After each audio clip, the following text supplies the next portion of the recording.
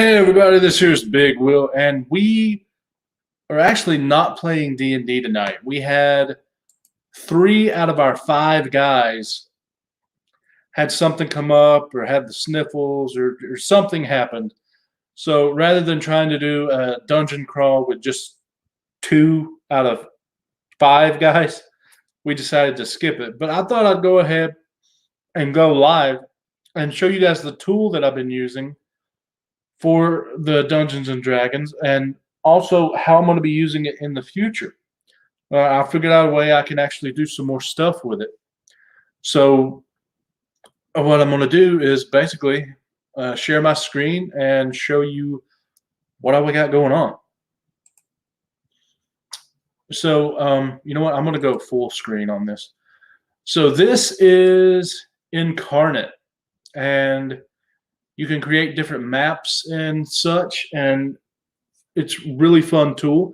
You can upload different things as well to put on your map and different images or whatever you need to. And I have a whole bunch of different stuff here thought up. And this actually, if I go to just viewing the map, that means I get this whole area here, and I could go big or I can go small, but I can't do anything with it.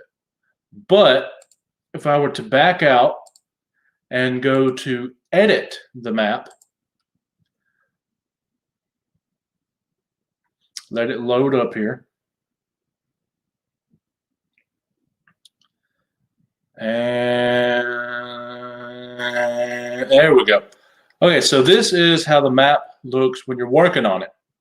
And you got all these different things here you can do, all the different buttons and whatnot. So what I'm going to do is put on the select tool. And first thing we're going to do is grow this in size. Okay, so this is actually the current dream dungeon that we did last week. I was having to put this in paint, but I wasn't able to do a good job at putting the different characters places, and when they would do a battle of some kind, it just wasn't able to actually do anything really. So my issue was, how do I make it so that everyone can keep track of everything better? And how do I make it so that we can actually all see what's going on and there's not much confusion that has to be had? So what I wound up doing was putting this image, let me make it fit screen, this image here of the map that they're playing in, this is the dungeon map, onto the map making tool Incarnate, so that way I can actually move stuff around. Like, for example, this is Alec's character, Warlock. Now, initially we were going to play, and Alec couldn't make it, so this was going to turn into John's character, Duke. But since the other guys, total of 3 of them, can't make it, we're just not going to play at all. So I have no idea who it's going to be next time we come back to do the game. But if they move, say 10 more feet, well, all I got to do is move them 10 more feet. Looky there. See, I can actually move these now. And all I got to do to get rid of that is click over here, and boom, we're done. So then I have these guys I can move. These are the Kuatoa. Whoops, wrong button. Okay, these, well, crap. Okay, there we go. These are the Kuatoa that were running after them. And if I say one backs off 30 feet, okay, well then boom, he just backed off 30 feet. See, we can actually maneuver everything around, and this is really good. I like this because now the guys can actually follow along and see what it is that I'm talking about, and actually see when they're like, how close am I? Well, they can count. If each one of these squares is, say, 10 feet, well, okay, 10, 20, 30, 40, 50, 60 feet to the first bad guy is whoever this is. And I believe this will, well, actually, that'd be about 65 feet because he's in the middle of a thing.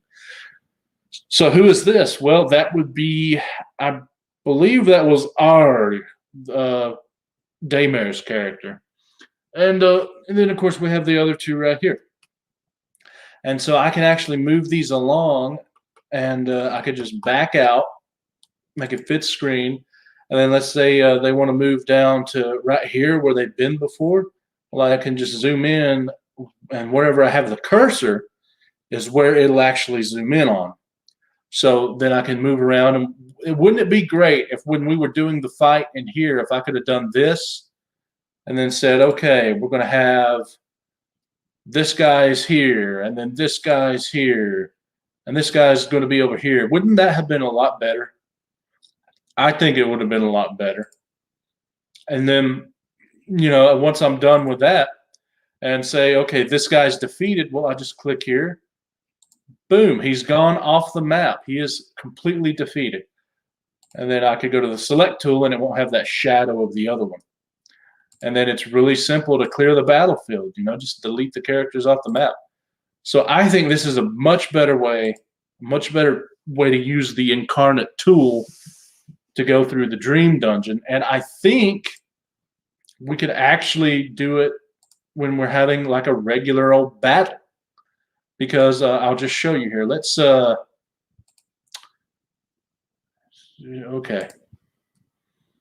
Let's do a create new map. And we'll just, it doesn't matter the style, I'll just choose a style. Create map. It normally creates all water. Oh no, we're getting all sand. And that is, oh, that's green. Okay. Well, see, now I can work with that. Let's say we got all this green area right here. And we'll just fill that in a little bit. And then there's this dirt area. And they're coming into like this little greenery or something. Little green area of the field or whatever. And then let's say they got to fight some dudes. Well, I could make it so that they need some trees. Well, simple. I go to the stamp tool and open the catalog. And is everyone seeing that? Whoops. Hold on. My screen just froze. Come on. There we go. Hey, good evening, Simon. Hey, how you doing? I'm doing well. So, okay, so you can see that. And now once it's loaded, you can see all the different trees and things I can pick from. And then you got all this, the water. There's different things on the water, doves, seashells, different fish, a whole bunch of different stamps that I can choose from. And let's say we want to do pine trees. Okay, well, I click on that. And boom, here's our pine trees. And we can have a bunch of pine trees sort of bunched up together. And let's say that there's a whole bunch of them, and then there's a whole bunch of pine trees over here. See, now I've already decided that's not a desert area. That's just the area where the pine trees are. So then that would leave us, let's pretend all this is covered in with pine trees. So now we have all of this area here. And we could just pick our dudes. So we would go back to open catalog. And I'd, of course, have this set up beforehand, but then you just pick, whatever kind of character you want. If you want them to look dwarvish or orc or a commoner, and then just using the stamp tool, you can put them in that way. And then I could also have different kind of land or whatever. Like, let's see, open this catalog. What have dirt textures. This is... it's weird looking dirt, but I'll use it. See there? So you can have this weird looking dirt instead of the sandy looking dirt. So there's just a lot of stuff you can do with this tool here.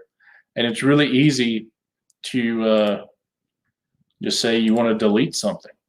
And then, of course, there's the undo, which is up in there. And now, if I wanted to, let's see, where is it here? Groups, paths, all. Where is the grid tool? There's the grid tool. So show grid. Boom. Now let's see here. We need our grid to be bigger. There we go. Now we can show the grid even better. All right. Let's see here. I'll have to figure out how to make these wider because that's not 5 feet if that's a pine tree. But anyway, it's just a lot of cool stuff you can do, and I'm going to delete this map. But yeah, that's this really cool little tool here. And then you can see what I've already got the dungeon map for the next couple levels of the dungeon ready to go. I have their people on this map as I showed you before, and then of course I have the city. They haven't actually used this map yet. They will the next time we play, which is hopefully going to be next Sunday. They'll be using this, and then of course you've seen the world map. I always have a backup, so this is number 4, number 5, 1, 2, and 3 don't exist anymore, and then of course there's other stuff that I've thought up. But anyway, yeah, I just wanted to show, my little map tool here and show you guys how the next time we play the game, I expect it to go a lot smoother and look even better. And hopefully it'll be all right. I'll probably have to pre-do a couple of terrains or like an inside and an outside, and then just I can get the stamp tool and place the guys. I'll probably wind up doing that.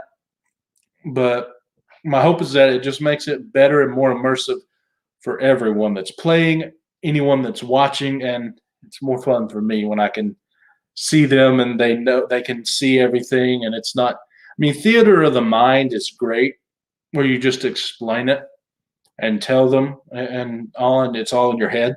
But when you can actually have it on board or on screen and see what you're doing, that's even better, man. So anyway, that's all I wanted to do. I don't have anything else to show on the map tool. So we will see you guys later. I don't know if I have, I might be having something this week. I'm not sure in the realm of an unboxing. Don't know. Of course, you never know when I might just decide to go live or drop a video of some kind. But expect at least to see me next Sunday with the guys, and hopefully we'll be playing DnD. If not the game we've been playing, maybe a dream dungeon, just so we can have some fun. So we'll see you guys later. Thanks for watching. We'll catch you next time.